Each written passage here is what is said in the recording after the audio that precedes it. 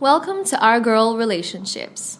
On this channel, we talk about problems people face in their day-to-day lives. Let's start with a video. My parents gave birth to only 2 children, my sister, 22, and I, 22, female. I don't know what I did, but since the day my sister was born, I became almost invisible. She was the child that everyone got attached to and wanted to play with. I, on the other hand, was more withdrawn and antisocial. I liked my space right from my younger years. My sister always got what she wanted, and I had to get what my parents felt I needed. Plus, I wouldn't go to them in the first place, but whenever I did, I rarely got a positive answer. And because of that, I started to slowly dislike my sister. We were so different from each other. In high school, I was the nerd and she was the popular kid. Most people didn't believe that we were related, and sometimes she said that I embarrassed her. That hurt me a lot. My sister had no trouble making friends or socializing whenever we got to a new place, while I would have to get comfortable first. I was also less likely to be the one to approach someone to speak. I had talents, but I was usually very shy, so only my close friends, who were very few, knew me. My best friend, male, 27, who was socially awkward like I was, always assured me that I was an amazing person. His experience was different from mine because his parents adored him, so he didn't have personality issues like I did. I was always anxious and found it hard to trust people because I thought they wouldn't see me for who I truly was, and they would treat me like my family did. I had a really hard time during my formative years, and my only voice of reasoning was my best friend. We were both kids, and had he known better, he would have known how to help me.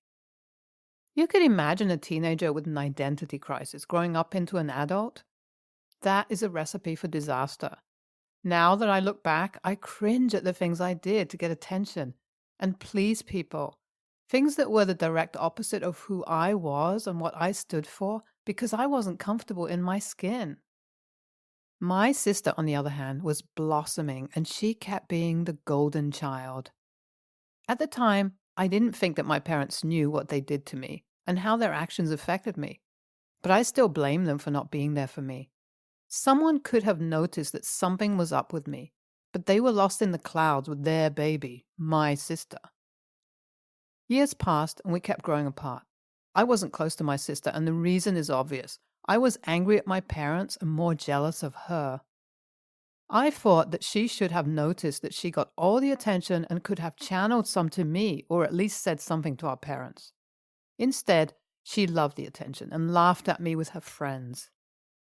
Well, my nerdiness turned out to be in my favor because I got a full-ride scholarship and excelled in my academics and professional career. Last year, the golden child got married, and you can imagine my parents paid for everything, including her honeymoon. My mom said they were going all out with my sister's wedding because they were worried I wouldn't get married.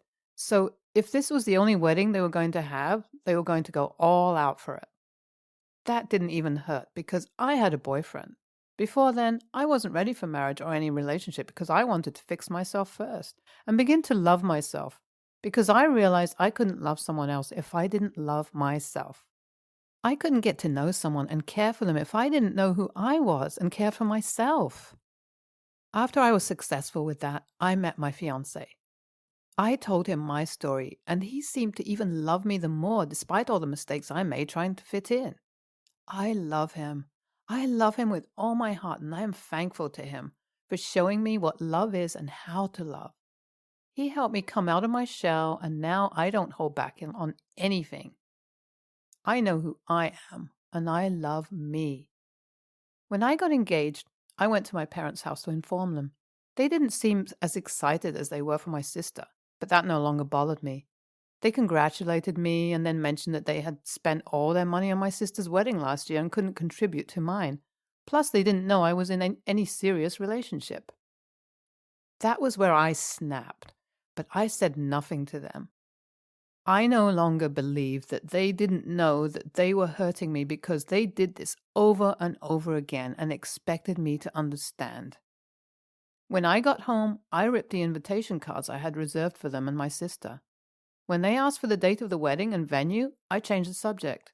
I think my sister saw my wedding on social media, and she told my parents. They were furious that neither of them knew my wedding date or were even invited to it. I replied, saying that space was limited, so only the most important people were invited. That worsened the situation, but I was just being brutally honest. I didn't consider them as the most important people in my life, and the wedding was a small one. So I wanted to have the most important people around me. Though I can admit that I also wanted to spite them too, if I'm being brutally honest. I didn't care that they were angry at me. It wouldn't be the first time, but they didn't seem to let this one slide. My mom and sister found my new house. I moved in with my husband and came to scold me.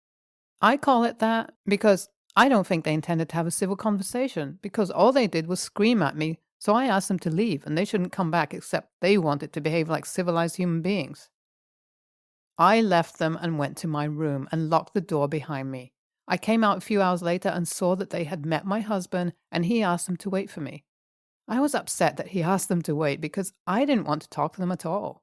I knew he did it because he had always wanted me to make up with my family. He said that if I could do that, then I would heal completely. He also didn't like how I got when my family came up, so he wanted me to be comfortable and completely happy. I understood him, but I was being stubborn. My mom started to scold me again, and then my husband stepped in and cautioned her. He told her that the only reason he asked them to stay was because he knew it was the right thing to do. But if she didn't behave properly, she and my sister would have to leave, and he wouldn't try to get us to talk again. My mom knew he wasn't joking, so she calmed down.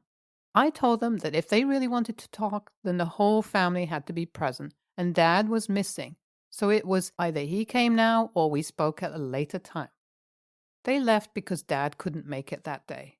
They returned during the weekend, this time with my dad. He was more disappointed than angry that he didn't attend my wedding. I told him that he had no right to be because he was never there for me. They always neglected me and made me feel like there was something wrong and my younger sister was the standard. I always had to sacrifice for her. They had no idea how much that affected me. I struggled so much and was anxious all the time. I didn't know how to speak up for myself and have a mind of my own because I thought I shouldn't have a say. They also taught my sister to treat me badly, and they never corrected her. And this was confirmed at her wedding. They paid for it in full, and Mom even commented that they did that because they were not sure I was going to get married. They were always insensitive to the way I felt and made me feel like I didn't deserve to be a part of the family. It wasn't just my sister's wedding, but how they treated me since she was born. At some point, I craved their attention, but I never got it because my sister had all of it. I gave them specific instances of how they treated me differently and how it made me feel. All of that constituted to them not being invited to my wedding. I didn't think I needed people who constantly caused me pain on one of the happiest days of my life. I also let my sister know how I felt about her and about the way she treated me. They felt ashamed and apologized. My sister said that she did that because she was jealous of me. I was stunned. What could she have to be jealous of? She said that she wasn't so smart and I always did well at school, and because we were not close, she didn't know how to ask me for help, and it made her mad, so she treated me badly. That was news to me because I would have gladly helped her, even if it was just to cultivate a healthy relationship with her. We all cried and made up. My husband was so glad. After they left, he told me that I was finally free of hurt and pain, and now I could truly live. Your parents didn't do well by you at all. I'm happy they didn't attend your wedding because if they did, you probably wouldn't have had the opportunity to tell them how you actually felt. You and your sister sure made some mistakes. Even if your parents were being shitty, you and your sister should have found a way out. She was jealous of you, and you were jealous of her. Seems to me that simple communication would have solved the problem that hurt both of you for years. Next story. I, 16, female. Mom died of cancer. My dad got remarried to another person and ended up having more kids. It was really hard on me, but I tried, and I'm still trying, to be supportive because I guess he can replace his wife because people do that all the time, but I can't replace my mom. I am not going to lie. It was very difficult to see her in my mom's bed and using the cups my mom drank from, etc. Even though it's been a few years, it hurts my feelings when she participates in traditions my mom had with us because I personally don't think she has a right. But I also don't like celebrating any of her traditions and going to see her family, which I guess makes it hard. I don't say anything about these things because what's the point?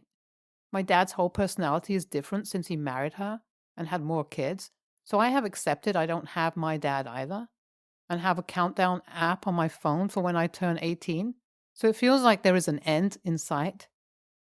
My dad and his wife are not abusive in any way, but I still prefer to go elsewhere and don't consider myself part of the family, and slowly coming to terms with the fact that my dad did replace my mom and me, but that it's okay because he still loves me. It makes me really depressed to be around their kids because, please don't think I'm mean to say this, siblings go through things together, and the worst things that have happened to me are things they don't know. My mom dying, dad changing, dad getting remarried, etc. I told my dad and his wife that I would be very uncomfortable if the kids they had together grew up not knowing that I had a mom who died, and that was my deal breaker. I called my stepmom by her first name, and my half brother asked why I don't call her mom, and my half sister said, "Yeah, she's your mom." When I told them that my mom was dead and their mom isn't my mom. My stepmom did explain to them again, and I get that. They are young, but they have been told so many times. I ended up just leaving and driving to my grandma's, mom's mom, and texted my dad I would be there. My dad and his wife kept calling me and texting, but I just turned off my phone and took a nap. My dad ended up coming to my grandma's, but I refused to see him. My stepmom stopped by today, too. So now I would like to know if I am being an a-hole. I would like to tell my dad that he failed as a dad and a husband because he still is my dad and will always be my mom's husband, and to tell my stepmom that her presence makes me depressed, but that would make me an a-hole. Reading all of your replies, you are a bitter child and the therapy is not helping you. Your stepmom and your father can't win with you regardless of anything they try, and you've openly said this. You want your stepmom to admit she only has her family because your mom died. Kid, she knows this already. I get you're hurting, but you're an a-hole. You also can't be angry your dad hasn't asked to come sit in at a therapy session with you when you've never asked him to because you know he'll say yes and come with you. Or maybe just a little understandable YTA. I see nothing your dad or step have done to be TA. Siblings do not share all experiences and pain even with two parents, so don't write off the littles. You've been dealt a tough hand, but it seems like they care for you. Therapy? Look at things from others' perspectives a bit. Next story. I know the title seems bad, and it probably is, but I don't know what else to do. My wife, 28, female, and I, 33, male, have two children, A, female 2, and B, 4, male, whom we both love more than anything. Last year, I found out I also have another daughter, C, 13 years old. Her mother never told me about her. I don't blame her. Ours was just a weak relationship, and she lives in another town. She went back to her own town before finding out she's pregnant, and she decided that it was best for her to raise the child by herself. 5 years ago, I met my wife, and I fell in love with her on the spot. I know it's a cliche, but it's true. I would give my life for her in a heartbeat. We found out about my other daughter a year ago, and she's now 12 years old, and honestly, I tried so hard to love her like I love my other two kids, but I can't. My wife obviously wasn't too happy to have a stepdaughter out of the blue but she acted very graceful and never stopped me from having a relationship with her. C came to our house a few times, but she always argues with my kids. Normally, I wouldn't think much of it, because even when they meet their cousins, one minute they argue and the next they're inseparable. But C is the one that mostly starts everything. As a family, we love spending weekend evenings watching movies together on the sofa. C constantly complaining that the movies were for small children and she hated them. She would make comments like, "This character will die," or "This character is stupid." My younger daughter will start crying because she is 2 and will cuddle with me, and that would make C even more awful to her.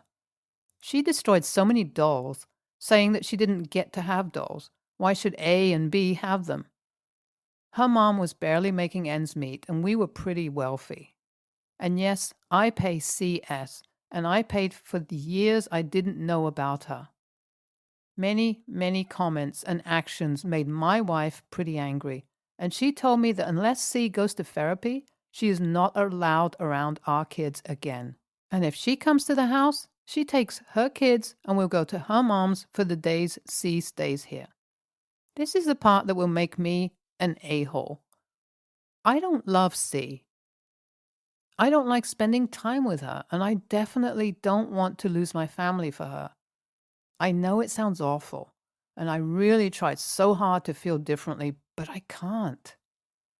I told her mom about the therapy, and she started accusing my wife, saying that she just wants to destroy my relationship with C, and she's an awful stepmother. I told her that if she won't put C in therapy, I'm no longer willing to put up with her, and I won't, under any circumstances, risk losing my family for her. She called me a lot of names, said I'm an a-hole, and how could I put my wife over C? Have you had a paternity test? You can't surprise someone with a child and get backdated child support. This is hard for everyone. You are going to struggle to form a relationship with the negativity surrounding the interactions. Why don't you cut back? Why don't you take C for a milkshake and a chat? Go hang out at a library. Take her to a movie. She won't be competing, and your other children are young enough to accept this with no major issues. You can form a relationship with your daughter without causing burdens to your wife. I feel for C.